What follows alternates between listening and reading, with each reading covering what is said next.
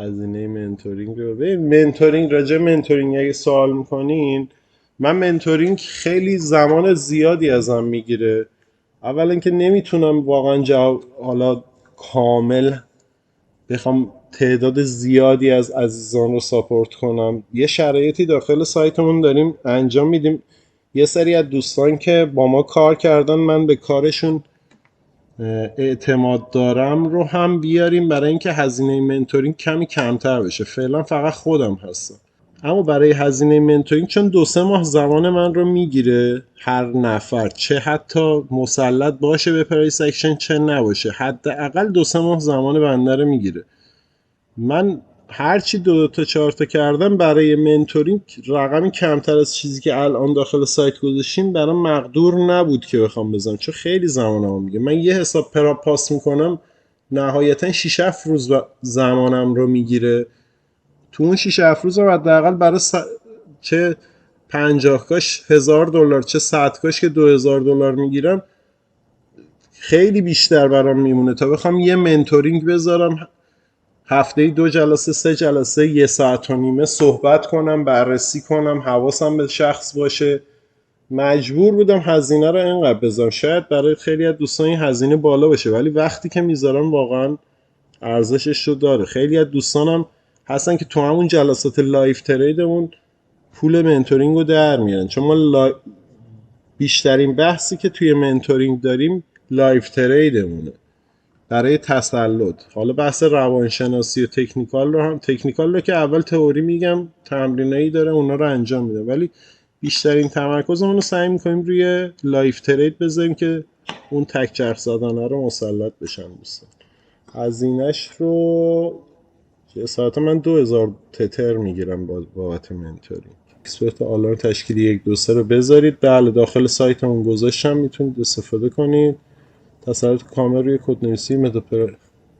آقا مهرداد عزیز، خب اگه تسلط دارید به من پیام بدید، من این رو بگم چطور باید نوشته بشه. این کار رو زحمتش رو بکشید. خیلی خوب آقا مهرداد، به من پیام بدید، داخل پیج پیام بدید، آیدی تلگرام رو ارسال کنید خدمتتون. دوستا کلا فلسفه پراپا چیه و چه راهی سود پرداخت میکنن؟ فلسفه پراپا اینه که از بازنده شدن تریدرها پول اولیه‌شون رو به دست میارن دیگه.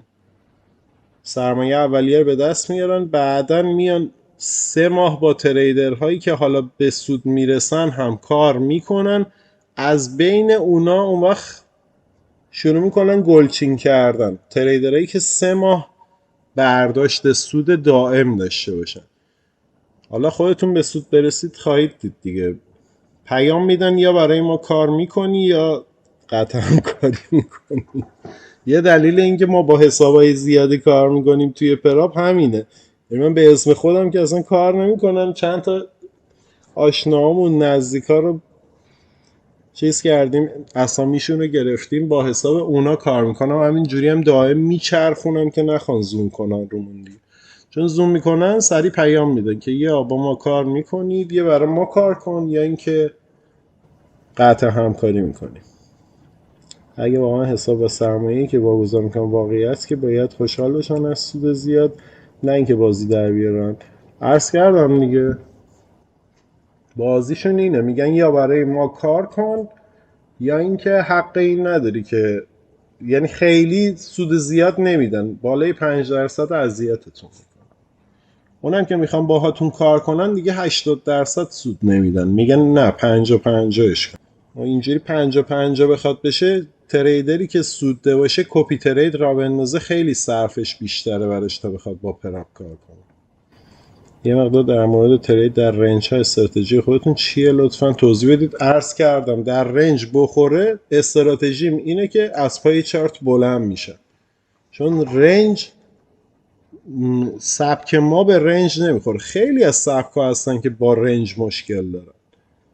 شما بزرگترین چیزی که حالا تو اسمارت مانی که حالا بیشترین نفرات دارن داخلش کار میکنن و بهترین آموزشی که برای اسمارت مانی هست، آقای آهنگری عزیز هستن دیگه که آموزش 0 تا 1000 اسمارت مانی رو گذاشتن رایگان. نگاه کنید داخل ویدیوهاشون. با چند سال، فکر کنم 17 سال میگن من سابقه ترید دارم، با 17 سال سابقه ترید میگن داخل رنج شما باید 5 بار 6 بار استاپ بخوری تا بتونی یه دونه اسپایک بگیری. که حالا من اصلا این حرف رو قبول ندارم. چرا باید استاپ بخوریم؟ پاشی خواهد از پای چارت. چرا حتما باید استاپ بخوریم تا یه اسپایک بگیریم؟ 5 تا استاپ بخوریم اسپایک به چه درد ما میخوره واقعا؟ ولی میگم 5 6 بار باید استاپ بخوری تا یه دونه اسپایک خوب رو بگیری. سید جان جسارتا من حالا به یه چند تا نکته تو بچ تست رسیدم، میخواستم از شما بپرسم ببینم مثلا تا چه حد درسته. جسارتا همینجا الان شما یه ذره اینو بیاریم پایین، اون نکته‌ای که بررسی میکردیم. آره اینجا این 1 2 3 اول که شما میگین تا چندلیه، اینو منظورتونه یا این؟ آره بین این همه کندل قرمز یه دونه کندل سبز هست که میگین حالا این 1 2 3 اوله. آره بعد من تقریبا حالا طی بررسیام من این 1 2 3 هایی که تک کندل هستن اومدم بررسی کردم، دیدم مثلا گاهن میشه دیگه تریدر حواسش پرت میشه به اونا، مثلا آگاهی پیدا نمیکنه مثلا ببینه این مثلا تک کندله واقعا 1 2 3 اول بوده یا نه. من اومدم بررسی کردم دیدم این پر شتاب که اومده پایین کف قبلی خودش رو زده، کف قبلی که هست آره اونجا رو زده. خب من اومدم بررسی کردم اون تک کندلا اکثرا جای اتفاق میفته که مثلا 1 2 3 اول غیر اشتراکیه، یعنی استاد امینو گفتن مثلا اون 1 2 3 تک کندلی میشه اشتراکی، اون دومیه که بزرگ شده اونو غیر اشتراکی بررسی میکنم. به نظر شما این تا چه حد مثلا میتونه چیز باشه، خوب باشه مثلا بررسیش کنیم مثلا برای ترید اول دیگه نریم برای 1 2 3 دوم، اینو 1 2 3 اول ببینیم دیگه طبق گفته های شما؟ میگیرم دیگه، عرض کردم اینا خیلی موارد ما همین تکنده. حالا ما داخل پیج چون راجع به اشتراکی غیر اشتراکی توضیحی ندادیم، همین راجع به 1 2 3 اومدیم صحبت کردیم. شاید خیلی از دوستان ندونن چیه، چیز خاصی هم نیستش. 1 2 3 هایی هستش که قبل با پله قبلش اشتراک داشته باشه یا نه، یعنی بیاد این کف رو بزنه یا نه. موردی که میخوام اینو عرض کنم اینه که برید نگاه کنید این تک کندلی، الان یه چیزی که الان عرض کردیم اینم جز بشه. اونایی که تک کندلی زده رو بررسی کنید ببینید اونا به چه صورت تیپی برای 1 2 3 دوم داده. بله خیلی بهتر حتی اینا جواب میدن، اینایی که تک کندلی زده شدن خیلی بهتر جواب میدن برای سل 1 2 3 دوم. دقیقاً. بعد حالا سوال دوم من اینه که شما الان به جواب دوست قبلیمون گفتین مثلا بریم بررسی کنین اون نقاطی که مثلا تو 1 2 3 دوم پرشتاب حرکت میکنه، مثلا اونجا میتونیم استوکو یا مثلا مچدی 1 4 رو بیایم بررسی کنیم برای هیدنش. اونجاها مثلا هیدن هست یا مثلا میخوام بپرسم از شما فقط به اون نکته ها برسم، مثلا اونجا رو هیدن میده که مثلا بله اگه هیدن داشته باشه بهتره، ولی خیلی هاش هم هیدن ندارن. آره دقیقاً گاهن میبینی از دست میره، مثلا میبینی هیدن نیست مثلا رفت. نه هیدن معمولا حالا خیلی کمتر هیدن توی این 1 2 3 اول به وجود میاد. معمولا هیدن میاد روی 1 2 3 سومینا به وجود میاد. نگاه کنید آره الان همینجا اومده یه سقف پایینتر، مثلا اینجا یه سقف اومده پایینتر، مکدی 1 4 یه ذره اومده بالاتر. هیدن معمولا تو 1 2 3 سوم پیش میاد. اما اگه تو 1 2 3 دوم هم اگه این رو 1 2 3 دوم در نظر بگیریم پیش بیاد، بله دیگه نور علی نوره دیگه، خیلی بهتر جواب. دقیقاً.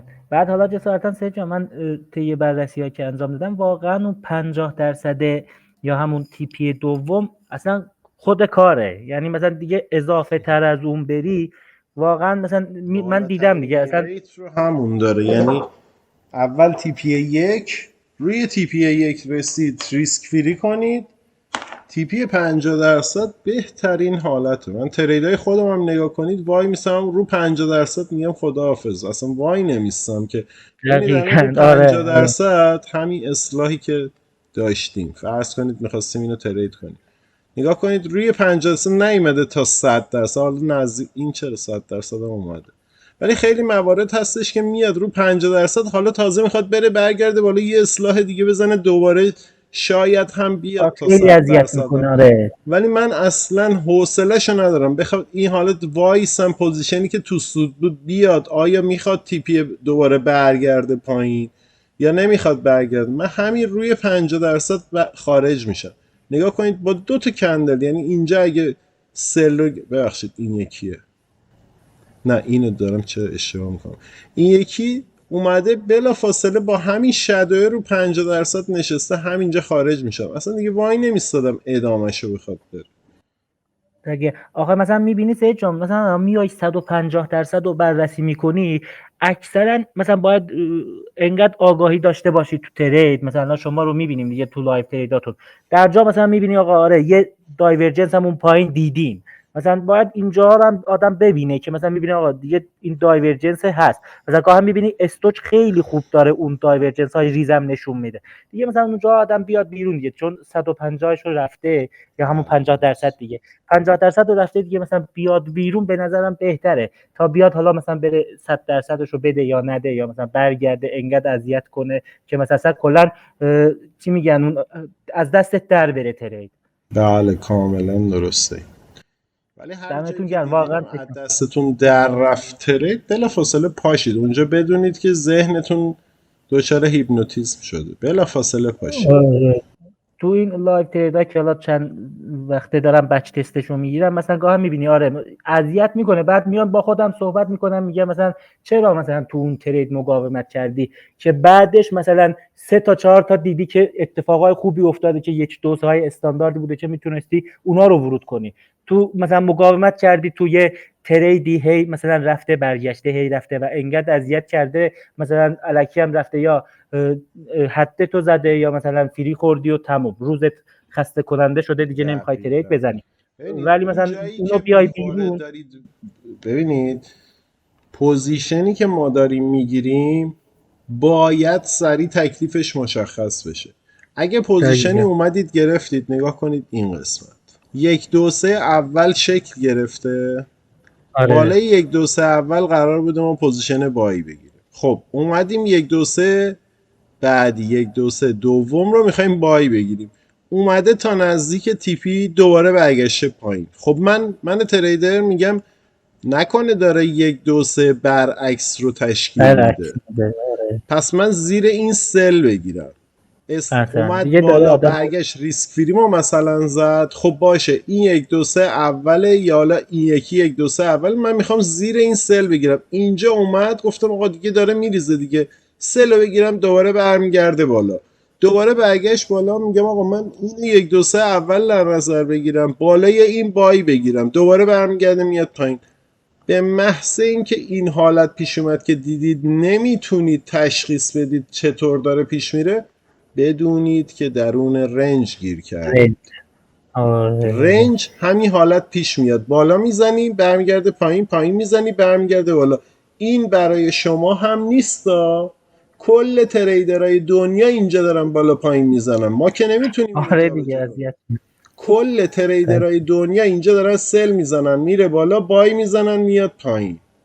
اصلا رنج یعنی همین، رنج یعنی همه تریدرهای دنیا بلا تکلیفن توی این، همه آره تریدرهای دنیا، بانکاش هم بلا تکلیفن، اینجا نمیدونن تکلیف چیه، میخواد بالا بره یا پایین بیاد. به محض اینکه دیدید یه دونه زدید جواب نداد، دومی هم زدید جواب نداد، خداحافظ، شما پاشید 1 ساعت بعد بشینید یه دونه خوبشو بگیرید، 1 ساعت بعد بشینید بایشو بگیرید. اونجا تلف قشنگ کنی. جریان آره پیدا میکنه، بعد 1 ساعت میاد میبینید بله یه جریان خوب پیدا کرده، میتونید تریدتون رو انجام بدید. حداقل یه دونه از استاپایی که اینجا خوردید، 2 تا استاپ خوردید، میگم پاشید یه دونه از استاپا اینجا رو جبران کنید، جبران هم کردید دیگه طمع نکنید، چون ذهنتون خسته است درگیر این استاپاست. بگم فردا دقیقاً. من تایمی میشینم که رنج نخورم، الان تایمش هم بذارید نگاه کنیم دیگه.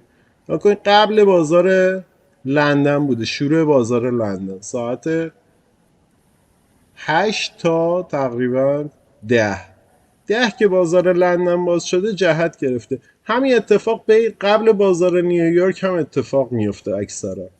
آره از ساعت 2 به بعد. بله از 2 به بعد دقیقه.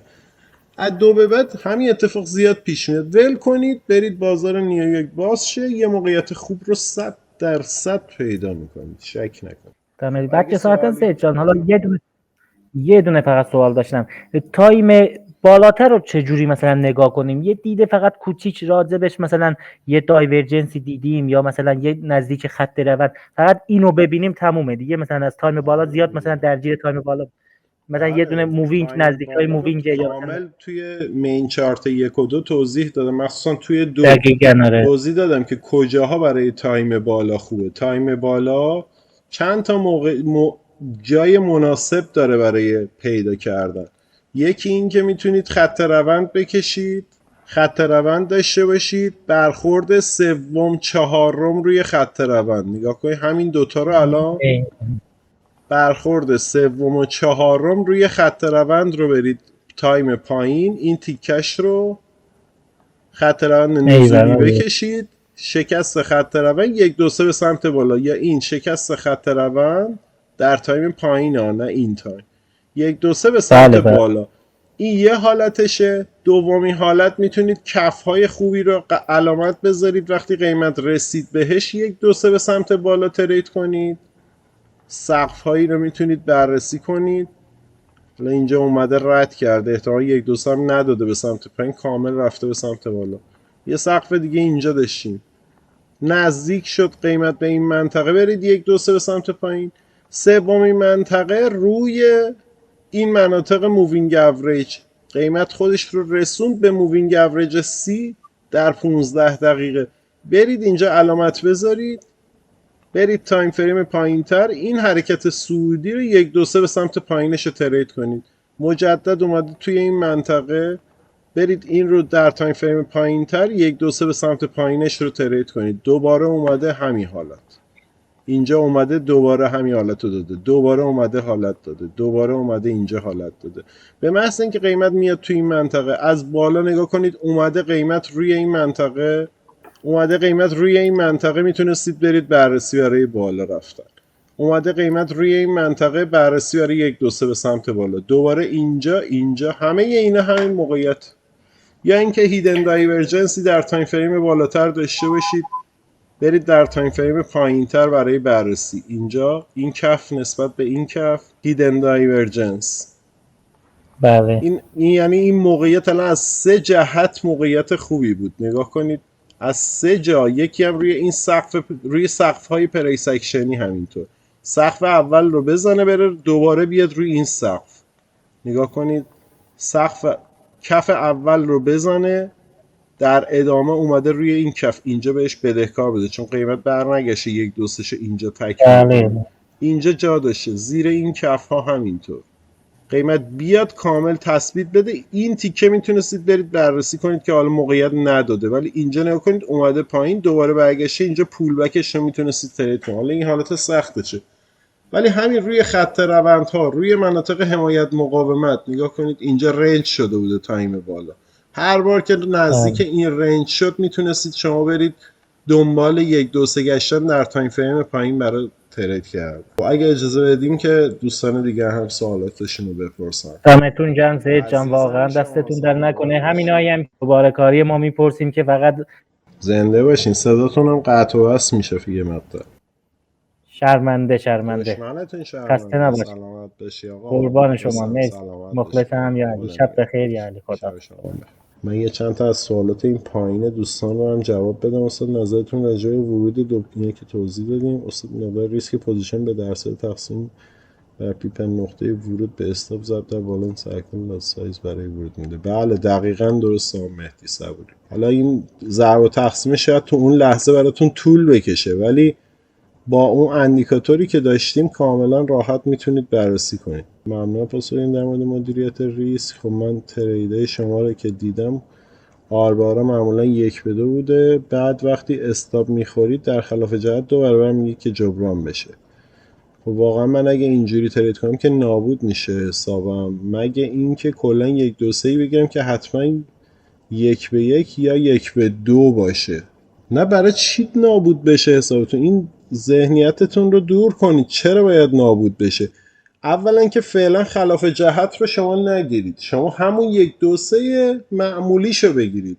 جلسات قبل اسم تو خانم بهاره این رو توضیح دادم قبلا که مثل این میمونه که شما اول میخواید دوچرخه سواری یاد بگیرید، بعد میتونید با دوچرخه تک چرخ بزنید، ویراژ بدید. این کاری که من میکنم ویراژ دادنه. شما اول باید خود دوچرخه سواری رو یاد بگیرید. بله شما بارها و بارها این رو من در ویدیو عرض کردم، حق این که خلاف جهت بگیرید رو فعلا ندارید تا کامل مسلط بشید روی این سیستم، چون خلاف جهت گرفتنه یه موقعی به شک میندازتون، نمیتونید درست جمعش کنید. شما فعلا همون 3 تا پوزیشن رو که عرض کردیم رو بزنید. چرا باید حسابتون نابود شه؟ اصلا فرض کنید 1 به 1. اولا که تیپی 1 به 1 و نیممون هم وین ریتش خیلی بالاه، یعنی 1 به 1 و نیم هم میتونه جواب بده. حالا 1 به 2 نه، 1 به 2 وین ریتش میاد پایین براتون، ولی تیپی 1 به 1 و نیم کاملا جواب شما رو میده. 3 تا پوزیشن بگیرید، تعیین ریسکتون رو هم همون اگه رو حساب ریل ترید میکنید بین 1 تا 2% فعلا قرار بدید، کاملا جوابتون رو میده. سایتمون رو لینکش رو داخل استوری ها قرار داریم، داخل بیو پیج هم هستش، میتونید استفاده کنید. tptrader110.com آدرس سایت tptrader110.com. استاد در بعضی مواقع وقتی 1 2 3 اول زده میشه در 1 2 3 دوم نقطه 3 به 2 قبلی نمیرسه و با فاصله تشکیل میشه و میره. چیکار کنیم؟ اینو توضیحش اول ویدیو دادم، حالا بارگذاری میکنیم، میتونید استفاده کنید. اکسپرتی که 1 2 3 نشون میده عمومی میشه یا نه داخل سایتمون قرار دادیم، میتونید برید تهیه کنید. اکسپرت رو آقای مرتضی عزیز، ریکپ های پوزیشن که میذارید خیلی عالیه. ریکپ های پوزیشن متوجه نشد، زنده باشید. حالا خیلی عالیش متوجه شدم. خب بزنید دوستان که دست آوردن بالا رو پاسخ بدیم. آقای صادقی عزیز بفرمایید، چون با نوشته خوندن یه ذره مشکل دارم. هر دوست عزیزی میخوان سوال بپرسن بیام بالا. سلام استاد. سلام، وقت شما بخیر. وقت شما بخیر، خیلی ممنون. من اولا تشکر بکنم قبل از هر چیز از شما. واقعا روش فوق‌العاده‌ایه. زنده باشین و امیدوارم که همه قدرش رو بدونن. زنده باشید آقا. خواهش میکنم. من مزاحمتون شدم بیشتر بابت اینکه من و آقا مهداد عزیز که شما پیغامشون خوندیم راجع به متد 5 ما با هم دیگه کار میکنیم، خواستم به شما اطلاع بدم که ما در واقع توی متا 5 و کدنویسی هم اکسپرت هم اندیکاتور خب چند سالی هست که داریم کار میکنیم و توی این حوزه زیاد تجربه داریم. هر کاری که در واقع لازم باشه میتونیم با هم دیگه ان شاءالله انجام بدیم. باعث افتخار بنده است آقا، زنده باشین. بله سلامت باشین. داخل پیج ادمینمون براتون لینک تلگرام میفرستن. بله حتما سلامت باشین. حتما در خدمت شما هستم. متشکرم. بنده هست. سلام، بله بفرمایید. وقتتون بخیر باشه. وقت شما هم بخیر. استاد ببخشید من از بچهای آکادمی هستم، آکادمی ویو. بعد توی همین 1 2 تا استاد امینا میگفتش که با مووینگ نورمال ببینید دیگه. بعد ما تو جایی که مووینگ رو نورمال میکنیم نگاه کردم دیدم که مثلا اون 1 2 3 بزرگی که ما با مووینگ نورمال کردم در واقع همون 1 2 3 دومیه که شما به ما میگید. در واقع دید ریزتری رو دارید روی 1 2 3 هایی که چیز میشه. به خاطر همین من اومدم کلا دیدم و شبیه دید شما کردم و همون 1 2 3 های ریز یا مثلا شکست کف آخر ریز اینایی که توضیح دادید و من همه رو یه نوت برداری کردم. توی عکس اگه اجازه بدید انتشار بدم، هم بچه‌ها یه مروری کنن هم شما ببینید که درست و غلطش. کل این مجموعه ویدیوهایی هم که داشتیم و من حدود 4 بار و خورده دیدم و این نوت‌ها رو برداشتم. یه سری هم که SL تو بک تستامه، یه سری SL تو بک تستامه که تو این لیستا پیام دارم خدمتتون، گفتید بیارید توی وبینار اون اسلاتون رو ببینید. بله بفرمایید. اجازه اسکرین هست؟ بله آقا بفرمایید. خب استاد این ببینید قوانین 1 2 3 که شما فرمودید من دیدم و کلا شبیه به دید شما کردم و به قول خودتون اون ظرف ذهنی و آموزش قبلی رو گذاشتم کنار و با دید شما اومدم جلو. خیلی هم زنده باشید. باعث افتخار. سلامت باشی. بفرم. عزیزی اجازه است من اینا یکی مرور کنم ببینیم اگه اشتباه هست شما هم به من بگید، هم ویرایش کنم هم دوره‌ای برای بچهای دیگه بشه. فرموده بودید که 1 تا 2 اول باید خط روند رو بشکند و کف آخر هم بزنه. حتی با شادو هم کف آخر رو بزنه قبوله که اینجا 1 تا 2 آخر رو بزنه، هم خط روند رو زده هم کف آخر رو بزنه. کاملا درسته. شرط دوممون این بود که شکل گرفتن 1 2 3 اول و شکست کف دو، یعنی 1 2 3 حتما ما ببینیم که یه سقفی پایینتر از سقف قبلی شکل بگیره و این کف دو زده بشه که ما بریم دنبال نقطه 1 2 3 دوم. کاملا درست. که من توی سوال پرسیدم ازتون، اینم به من گفتید که ایرادی نداره که اگه 1 تا 2 اول کف آخر رو نزد مثل همین نمونه حتما باید خط روند گفتید بزنه. احسن. بعدش حالا 1 2 3 دومی ولی دیگه باید اون حتما باید بیاد این کف آخر رو بزنه. اینم اوکی دیگه. بس این یه نکته خیلی مهمه. درسته. خیلی دقیق گفتید. خیلی هم مهمه این نکته که حتما اگه 1 2 3 اول نزد 1 2 3 دوم حتما اون کف رو بزنه. کاملا درست. درسته. بعد اینجا هم که فرمودید تو وبیناری بچه‌ها من دوباره مرور کردم کف آخر میتونه یه کندل رنگ مخالف باشه. به عنوان کف آخر قبولش کنید. وقتی زده شد منتظر شکست کف بزرگ ما نباشیم، یعنی امکان داره همینجا این کف رو زد اینو ما به عنوان 1 2 3 قبولش کنیم و زیر این ورود کنیم، ولی دوباره 1 تا 2 دومیمون اومده این کف بزرگ هم حتی زده. تو این شرایط باشه درسته. اگه 1 2 3 روندی رو میخوایم بگیریم، الان برای این روند میخوایم بگیریم، حتما 3 تا حرکت ایمپالس و 3 موج کارکشن، یعنی 2 موج کارکشن، یعنی 2 تا اصلاح حداقل داده باشه و 3 تا حرکت روندی شارپ داشته باشه رو به بالا. این درسته دیگه، این حداقلشه.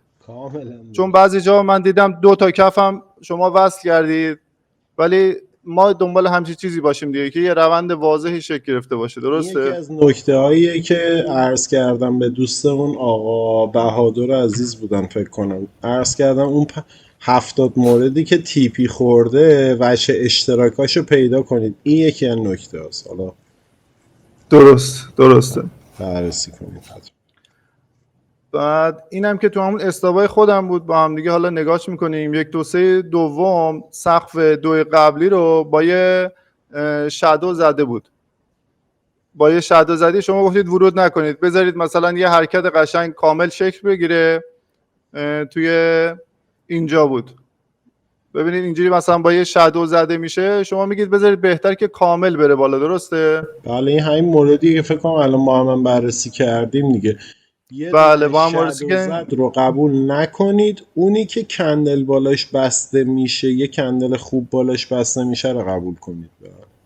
اوکی. بعد اینو من دوباره زومش کنم یه لحظه. ما تا اینجا رفته بودیم. اینم که فرموده بودید که بعد از ورود 1 2 3 خلاف جهت زد، موقعی که ما ورود کردیم ریکس فری کنید یا خارج بشید دیگه. حالا گفتید فعلا تا حرفه‌ای نشدید دوباره بر نکنید حجمو، دوباره خلاف جهتش هم وارد بشید تا یه مقدار حالا چشممون بهتر ببینه. اینم تو وبینار آخریه بود. اگه 1 2 3 ریز، اگه 1 تا 2 ریزه و کف آخر رو نزده، 1 2 3 ببینید اینجوری هی داره ریز شکل میگیره. فرمودید که 1 تا 2 رو ما بیایم بزرگتر ببینیم و زیر این کلا وارد شیم. درسته؟ کاملا درسته. اون ریزا رو هم میتونید به عنوان 1 2 سایز کوچیک در نظر بگیرید و بزنید، اما بعضی موقع انقدر ریزه که اصلا نمیشه حسابش کرد به عنوان 1 2 3. بیایید وایسید 1 2 3 بزرگ شکل بگیره، 1 2 3 بزرگش رو ترید کنید. یه سوالی سید جان، این اگه بخوایم بگیریم باید اینجا یه خط روندی شکسته بشه. درسته که بگیم آقا یه خط روند شکست. خب حالا اون خط روند رو ما باید کندل رنگ مخالف اینجا داشته باشیم حتما تا بتونیم خط روند بکشیم، یا نه کندل یک رنگ هم رفت بالا اوکیه؟ ناچیز باشه که فقط یه دونه کندل خلاف جهت اونجا زده باشه نمیتونید خط روند درستی براش رسم کنید. اوکی. بعد اینم که فرمودید، اینم سوالم بود، یکی از دوستامونم پرسید منتها دیگه رد شدید شما ازش. بعد از اینکه استاپ میشه شما فرمودید 70% مواقع دوباره میاد ورود میده در همون سمت و حرکت بهتری هم دوباره داریم. حالا اون حرکت استاپ دومی که حالا مثلا ما یه دیار 1 2 3 گرفتیم با دایورجنس دیگه، درسته؟ اومد استاپ شد، بعدیش هم باید دایورجنس باشه تا بخوایم دوباره ورود کنیم یا مهم نیست؟ اصلا با همون مکتی دیفالت مواقعش اگه اولی دایورجنس باشه دومی هم دایورجنس در میاد. درسته. پس ما دایورجنس رو ببینیم دوباره اوکی دیگه، همینجوری ورود نکنیم برای سومین بار. فرمودید بعضی وقتا 1 2 3 کندلی ریز میده، زیر همون میتونی وارد بشید. اینا من قصداً کشیدم سید جان. عرض کردم بعد. آره که خط روند شکسته ولی هنوز کف اینجا رو نشکسته. این اوکیه دیگه، درسته؟ بله کاملا ببینید درست. اینجا هنوز اینو نزده ولی 1 2 دومی اومد اینو زد، پس اینم اوکی. اینم که فرموده بودید که اگه کف 2 رو زد ولی بر نگشت روش و رفت 1 2 3 ریز داد، چند تا دیگه برگشتش نگیر، که همین من نگاه کردم یکی از استوابم اینجوری بود. الان 1 2 3 زده، منتها این نیومده روی این بشینه، این رفته پایینتر هی بازیاشو کرده. من فکر می‌کردم مثلا اینم باید برگشت اینجا بگیم این نقطه 2، در حالی که شما گفتی نه این آقا 3 جدیده، اینجا رفت تیپیشو داد، این هی تیپیشو داد، این دیگه برنگردید. درسته؟ اینم خودش نشونه داره. اینم بررسی کنید. این همین مدلی که الان دارید میگید خیلی از دوستان روی این گیر دارن، ولی این نشونه داره. دقیقاً نشونش هم همینه که چندین کندل کوچولو کوچولو این پایین بسته میشه خلاف جهت، که میخواید بگید آقا این پس 1 2 3 اوله، پس این 1 2 3 اوله یا دومیه، اما هی میره پایین، کامل بر نمیگرده بیاد زیر یکی از اینا یه پولبک خوشگل تر و تمیز بزنه. نشونش اینه. میگه آقا جونی برای پایین رفتن نداشت، الان داره جهت عوض میشه و مخصوصا اونجایی که الان یه خط کج به سمت بالا گذاشتید، این خودش میاد یه 1 2 3 به سمت بالا رو تشکیل میده معمولا. یعنی همینی که الان به سمت بالا گذاشتید خودش یه دونه خط، یه دونه 1 2 3 به سمت بالا رو تشکیل میده و اون خط روندی که نزولی از 1 هستش، از 1 اون بالا یه خط روند اینجا رو شکسته دیگه. بله اینو میشکنه، یعنی کاملا همه چیز داره نشون میده که میخواد به سمت بالا حرکت کنه. بذارید راجع به این یه نکته عرض کنم. این نکته طلایی، حتی میگم قطع کنم ویدیو رو اونایی که نیومدن اینو نشنون به خدا، چون درست دوستان به خدا میگم بذار اونایی که میان یه چیز اضافه بهشون بگیم. حالا بذار شاید فیلتر کردم بعدا. عزیزی نظر لطفت بگم یا دلم نمیاد. اینو بذار نکتهشو بگم. ببینید خب ما قلم بیارم.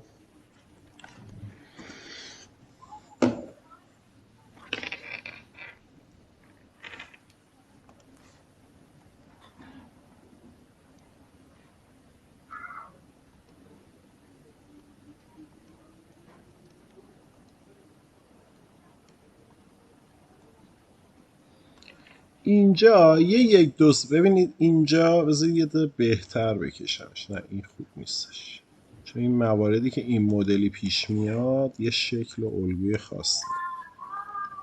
ما یه حرکت صعودی داریم، این اومده یه اصلاح زده رفته بالا، یه اصلاح زده دوباره رفته بالا، حالا داره میاد به سمت پایین. حالا که اومد به سمت پایین یه خط روند هم به این صورت داشتیم. چه اینجوری شد؟ یک خط روند هم به این صورت اینجا داشتیم.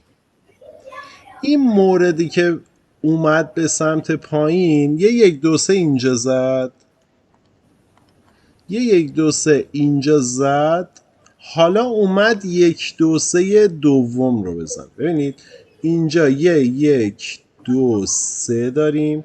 1 2 3 کجا تایید میشه؟ میگیم آقا ما 1 2 3 شد.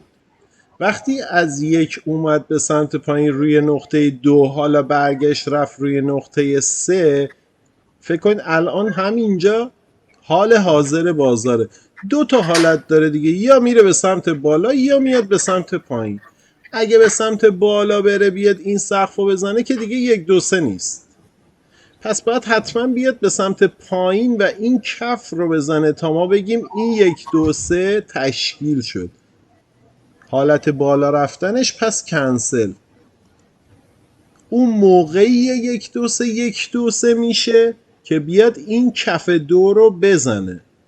حالا کف 2 رو زد. اینو خیلی دقت کنید به این موضوع. این نکته ایه که خلاف جهت میگم من میگیرم، از اینجا نشونش رو متوجه میشه. 1 2 3 دوم رو اومد بزنه. 1 2 3 اول تکمیل شد. 1 2 3 2 رو اومد برگشت بالا. ما هم اینجا سل زدیم. روی کف 2 سلمون رو زدیم. حالا این باید بیاد دوباره بیاد این کف رو بزنه تا 1 2 3 تایید بشه دیگه. بگیم آقا 1 2 3 دوم هم تشکیل شد.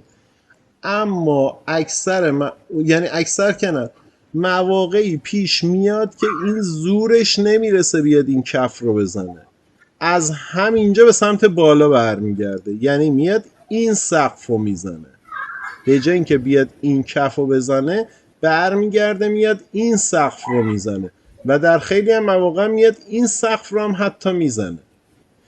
اون موقع من چی میگم؟ میگم آقا 1 2 3 دوم رو زورش نرسید تکمیل کنه، از این بالا برگشت. یعنی داره 1 2 3 صعودی تشکیل میده. یعنی این سبزه میشه 1 2 3 صعودی، یک کف بالاتر از کف قبل زده شد. حالا داره 1 2 3 صعودی تشکیل میده و میاد پولبک روی 1 2 3 صعودی میزنه، به سمت بالا حرکت میکنه. یعنی چی؟ یه نشونه دیگه داره که این خط روند رو میاد میشکنه. کج شد یه ذره. ولی این خط روند رو میاد حالا میشکنه و 1 2 3 صعودی رو تشکیل میده. پس نکته طلایی، یا 1 2 3 دوم تشکیل میشه، یا این منطقه 2 قبلی نسبت به این کف قبل یا نسبت به این کف قبل هیدن دایورجنس میشه.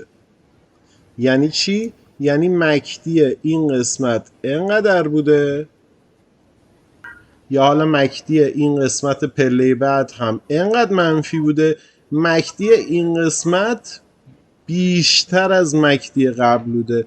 یعنی یه سقف، یه کف پایین تر از کف قبل زده شده، یه کف پایین تر از کف قبل در مکدی زده شده، اما کف قیمت بالاتر از کف قبله. پس یا 1 2 3 دوم شکل میگیره، یا اون منطقه شده هیدن دایورجنس.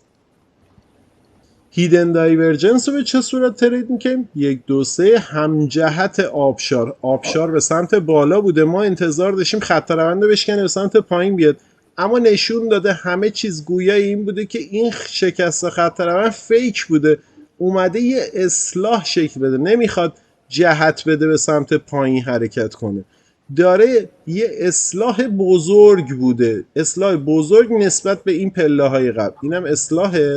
اینم اصلاح در این روند صعودی.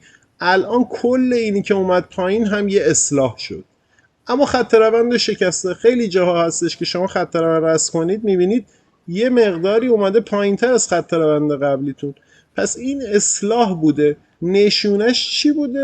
عرض کردم 1 2 3 دوم رو نمیتونه تکمیل کنه، این تیکه سفیده رو نمیتونه بیاد، از همینجا برمیگرده 1 2 3 صعودی رو تشکیل میده، به سمت بالا میره. این موارده که من عرض میکنم، میگم آقا تیپیم رو نتونست بزنه، به محض اینکه این سقف زده میشه یا وای میسم نهایتا دیگه تا این سقف. استاپم کجا بوده؟ استاپم بالای 1 2 3 اول بوده دیگه، اینجا بوده. میبینم داره کندلا برمیگرده به سمت بالا، این 3 رو زد و این قسمت هم پرقدرت داره به سمت بالا میره. حالا یا 3 رو میزنی یا همونجا کندلی میبینم که میگم آقا نه، این اصلا زور پایین رفتن نداشت. پوزیشن رو میبندم خلاف جهت روی 1 2 3 دوم صعودی 2 برابر حجم به سمت بالا حرکت میکنه که اینا معمولا تا همین سقف هم خودشونو میرسونن. پس نکته اونی که میگم خلاف جهت حرکت کردم این قسمته. درسته. نوش جون جالب کسایی بود که استاد. شنیدن اینو حذفش جالب بود. هر کی اومد نوش جونش. از لحاظ ساختاری ساختارش درسته، حالا هیدنش تکمیل نشده بوده، هیدن خوبی نبوده، ولی 1 2 3 سعودی شکل گرفت، سقف 1 2 3 سعودی هم زده شد، پس نشون داده نمیتونه، زورش نرسیده اصلا بیاد به سمت پایین این کف رو پر کنه، برمیگرده بالا. من خلاف اینجا پوزیشنم رو میبندم، خلاف جهت ورود میکنم روی این ترید. یه جای دیگه پیدا کنیم شکلش هیدن هم باشه. 1 2 3 اول. بله ببینید خط روند سعودی داشتیم، صدای منو دارید؟ خط روند سعودی داشتیم، میخواستیم 1 2 3 نزولی رو بگیریم. 1 2 3 بزرگ اول به این صورت زده شده بوده، زیر 1 2 3 اول میخواستم من ترید انجام بدم، اومده به سمت پایین برگشته بالا، سلش رو زدم، سل رو زدم اومده تا نزدیک تیپی ولی این کف رو نزده، برگشته به سمت بالا 1 2 3 زده. 1 2 3 به چه صورت بوده؟ به این صورت. 1 2 3 اول بالای این سقف که رفت 1 2 3 دوم رو تشکیل داده، به این صورت هم پرتاب شده قیمت به سمت بالا. یعنی من میبینم سقف 1 2 3 دومم زده شد، وقتی اومد پول بک زد روش من ورود میکنم. استاپمو سری اول کجا گذاشته بودم؟ بالای 1 2 3 اول اومد پایین، 1 2 3 اول میخواستم ترید کنم، دوم میخواستم ترید کنم. حالا شکل خوبی نیست ولی دارم کلیات ساختارش رو عرض میکنم. استاپ هم اینجا بوده ولی برگشت اومد 1 2 3 یک کف بالاتر از کف قبل. این کف الان 1 میلیمتر بالاتر از کف قبله، این کامل نیومده این کف رو بزنه. اینو میگم 1 2 3 اوله. حالا روی 1 2 3 اول به سمت بالا تریدش رو انجام میدم. حالا موقعیت خوبی الان ندیدم که شبیه این رو کامل توضیح بدم. ببینم اینجا پیدا میکنه، همشون تیپی زده. این 1 2 3 اول، 1 2 3 دومش هم رفته، 1 2 3 اول، این هم حالا این هم تقریبا میشه. حالا نه اینم خوشگل نیست. 1 2 3 اول دومی تیپی، 1 2 3 اول، اینها اینجا مثلا یه خط روند سعودی داشتیم تقریبا، اومده شکسته شده، 1 2 3 اول رو زده، زیر این کف فرض کنید من میخواستم ورود کنم. حالا این شکلش هم خوب نیست، نه ولش، دنبال یه شکل خوبم که جواب داداش حالا پیدا نمیکنم دیگه. اما توی تریدایی که خلاف جهت زدم این رو دقت کنید، کاملا مشهوده که اومده 1 2 3 سعودی داشته تشکیل میداده و اونجاست که من میگم الان با 2 برابر حجم خلاف جهت ورود میکنم. خب آیه صالحی، شما سوالتون رو پرسیدین، مجدد سوال دارین آیه صالحی؟ استاد همون آخرش یه 2 تا نکته هم مونده بود اگه اجازه بدید. بله بفرمایید. شما خیلی خوب بود اون مطلبی که توی دیار 1 2 3 هایی که ما قرار بگیریم، قله هایی که پشت هم باشه بهتره یا نه؟ مثلا توی استاد امینه میگفت یه بهتره که مثلا یه دونه کف بینشون باشه نهایتا. حالا من دیدم بعضی جا بچه‌ها نشون دادن مثلا 1 2 تا قله هم فاصله داشت، گفتید ایراد نداره. اینو من اشتباه متوجه نشدم. نه مشکلی نه، خیلی فاصله زیاد نشه ولی فاصله یه دونه 2 تا قله هیچ مشکلی نداره برای مشکلی نداره پیدا کردن. بله درسته. بعد 1 2 3 دوم باید تناسب داشته باشه، بزرگ نباشه. اینم که دوباره توضیح دادی رو بچه‌ها روی طلا استاپ خورده بودن. بله کاملا تناسب داشته باشه و با 1 2 3 اول و روند قبلش تناسب داشته باشه یه دفعه. اینم در واقع همینه دیگه که من اینجا یادداشت کردم. 1 تا 2 نیاد کل روند قبل رو یه دفعه مثلا اصلاح کنه که نمیبینیم. البته الان شیر نداره. الان واضحه. درسته. بله همین چیزی که الان صوتی اومد عرضم این بود که 1 تا 2 تناسب داشته باشه، 1 2 3 دومی با روند قبل و 1 2 3 اول تناسب داشته باشه که همین نکته مورد 14 میشه دیگه که 1 تا 2 نه یه دفعه کل این روند رو اصلاح کنه بخواد برگرده ما بخوایم 1 2 3 شو بگیریم. این نکته‌ای بود که شما فرموده بودی و من یه جزوه برداشتی کردم کلشو دیگه. ممنون از شما استاد، وقتتون هم خیلی گرفتیم. سلامت باشی. خیلی خوشحال شدم. خیلی بزرگواری، سلامت باشی عزیزی. امیدوارم پرسود باشید. سلامت باشی، وقتتون بخیر باشه. خدا نگهدار. خب ببینیم دوستان، گاهن 2 اول با 2 دوم دایورجنس هم میشه یا تو مکتی دیفالت یا استوک. بسیار نکته خوبی بود. زنده باشی آقای مسیح. خب اگه سوالی هست دوستان دستشونو بیارن بالا پاسخ عرض کنیم، اگه نه که رفع زحمت کنیم. نه امروز قرعه کشی نداریم چون ادمینمون گفتن قرعه کشی داشته باشیم، دیدیم فعالیت دوستان کم شده، گفتم آقا چه قرعه کشی وقت فعالیت نمی‌کنن چه قرعه کشی انجام میدیم. فعالیت بالا باشه بله ما قرعه کشی هم انجام میدیم، ولی با آمار پیجمون یه مقدار اومده پایین. دوستان فعالیتشون کم شده، حمایتشون کم شده، لایک و کامنتاشون کم شده. زنده باشین، سلامت باشین، حمایت کنید دیگه. پستار ما وقت میذاریم، شما هم اما این حق شما گردن ما که مطالب خوب ارائه بدیم، این حق از ما گردن شما که ما رو حمایت کنین دیگه. آموزش جدید رو میذاریم سایتمون، خدا رو شکر دیگه کارش تموم شد، خیلی وقتمو گرفته بود. انشالله این هفته 1-2 تا آموزش جدید خوب میذاریم. خب ممنون. استاد پراپتریت فاند، استاد چرا نمیگید چیزی ازش؟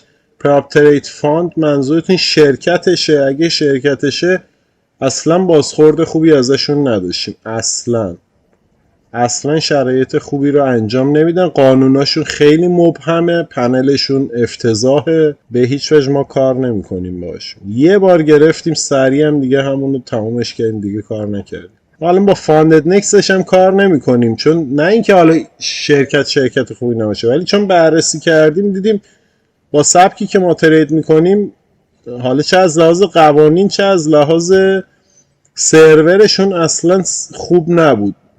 حساب گرفتم که پاس کنم، دیدم پرش کندل داره، یعنی یه جا باز میکنید یه جای دیگه پوزیشن رو میگیره.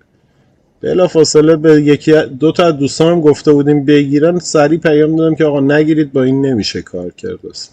سر کار گیر کردیم استاد، ببخشید، خواهش میکنم. سلامت باشی آرس، زنده باشین، خواهش میکنم. ممنون از شما، خواهش میکنم در مورد استاپ گذاری ریسک ریواردش آموزش بذارید. بله حتما، چشم میذارم. البته گذاشتم ریسک ریوارد و استاپ گذاری داخل پترن 1 2 3 کامل توضیحشو دادم، ویدیوی پترن 1 2 3 ملاحظه بفرمایید. مکدی 1 4 3 6 2. بله زنده باشید آقای صادقی، سلامت باشید. سبک فول واقعا اگه سبک و ارزش بدونم به خدا که این بهترین سبکیه که الان تا الان توی بازار ایران هست. نکته دیگه میشه داره که اگه کامل هست، اگه چیزی به ذهنم برسه عرض میکنم دیگه. ما هرچی نکته هست تو توی این ویدیوها عرض کردیم دیگه. استاد معمولا ریوارد ما با این روش 1-1 هست، درسته؟ نه 1-1.5 بیشترین ریوارده. 1-1.5 خیلی موارد زیادی میزنه. الان هرچی بررسی کردیم 1-1.5 رو داده بود دیگه. آموزش جدید مکدی مولتی تایم فریم رو داریم، مکدی رو تکمیل کنیم انشالله بعدش بریم سراغ استوک. مکدی مولتی تایم چند تا نکته داره که باید حتما عرض کنیم. آرزوی تو دستور توست، بله خیلی قشنگه. کاملش رو داخل هایلایتمون گذاشتیم، هایلایت آرزوی تریده. یه چند تا کتاب جدیدم انشالله به زودی بارگذاری میکنیم. سلامت باشین، شبتون بخیر باشه. ببخشید پرگویی کردیم، امیدوارم که هفته خوبی پیش روتون باشه و با اجازه امیدوارم پرسود باشید. یا علی مدد، خدا نگهدار.